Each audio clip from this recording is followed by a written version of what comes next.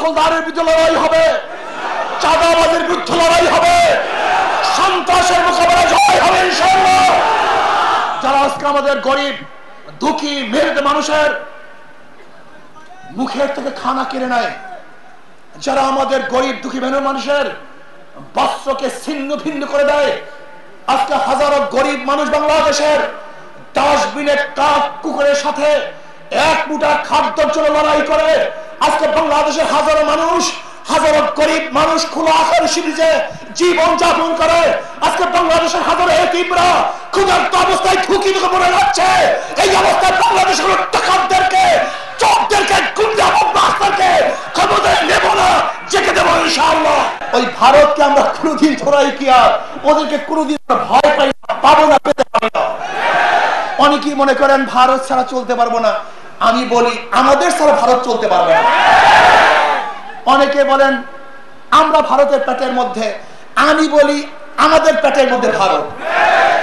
যদি আমরা বন্দর বন্ধ করে দেই, যদি আমরা সেভেন সিস্টার নিয়ে একটু রাজনীতি করি, তাহলে মনে করবেন ভারতের পেটের কোনো ভাত থাকবে না, সব পিছন থেকে বের হয়ে যাবে।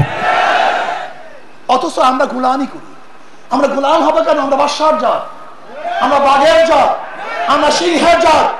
আমাদের হুঙ্কার একদিন রোম কেঁপেছিল, পারস্য কেঁপেছিল, গোটা দুনিয়া ভূমিকম্প হয়েছিল। আমরা ভারতকে ভয় পাই না, ভারতের গোলামি আমরা করবো না, দালালি করবো না, বরং ভারতের দালালি করে পাঁচ চিতের ক্ষমতা থাকতে চায়, ওদেরকে ভারতে পাঠিয়ে দেবো, বাংলাদেশে থাকতে দেবো না। আমাদের পাশের কান্ট্রির সাথে সুব্যবহার থাকবে, ভালো সম্পর্ক থাকবে, কিন্তু গোলামি চুক্তি হতে পারে না। গোলামি করব না, আমরা পাড়া প্রতিবেশীর সাথে ভালো ব্যবহার করব, কিন্তু গোলামি করব না। আসুন ঐক্যবদ্ধ ভাবে ইনশাআল্লাহ ইসলামকে বিজয় করার জন্য আমরা কাজ করব। ইসলামী আন্দোলন বাংলাদেশ শুরু লগ্ন থেকে আজ পর্যন্ত তাদের কথা এবং কাজে অমিল নেই। কথায় কাজে মিল পাই পিসার চর্মনে। যা প্রথম বলেছি আজকেও তা বলছি, ইনশাআল্লাহ ভবিষ্যতেও তা বলবো। লালকে লাল বলবো, কালোকে কালো বলবো, সাদাকে সাদা বলবো। যা গতদিনে হারাম ছিল আজকেও সেটা হারাম, গতদিনেও যেটা হালাল ছিল কিয়ামত পর্যন্ত সেটা হালাল থাকবে, সেটা কোনো হারাম বলবো না। আসুন ঐক্যবদ্ধভাবে কাজ করি।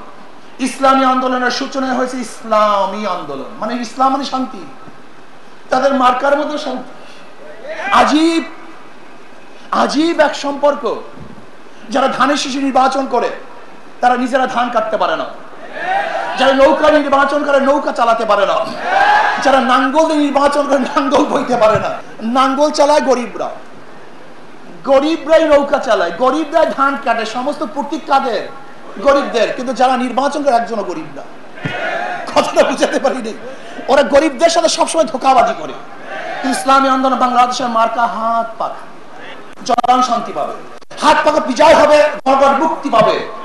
হাত পাকা বিজয় মানে এই দেশের বিজয় হবে, গরিব থেকে মেহনত মানুষের বিজয় হবে। হাত পাকা ক্ষমতায় যেতে চায় না, খাদেম হতে চায়।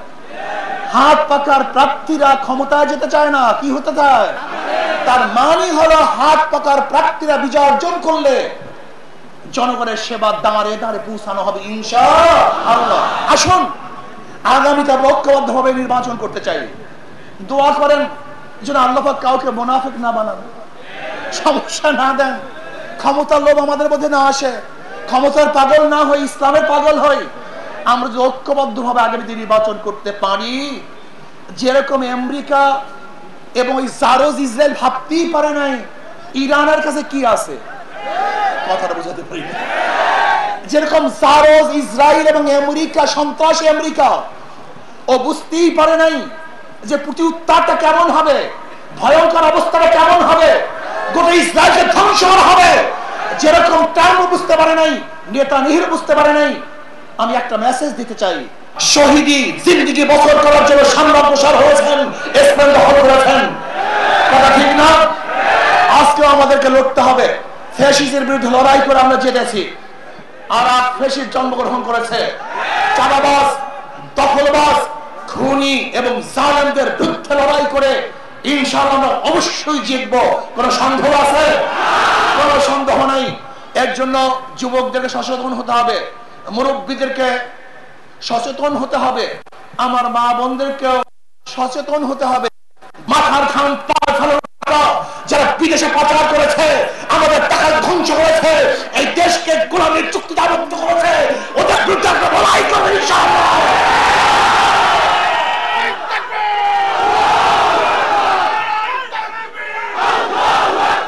লড়াই হবে ইনশাআল্লাহ। খবরের কাগজ, নিখাদ, নির্ভীক, নিরপেক্ষ।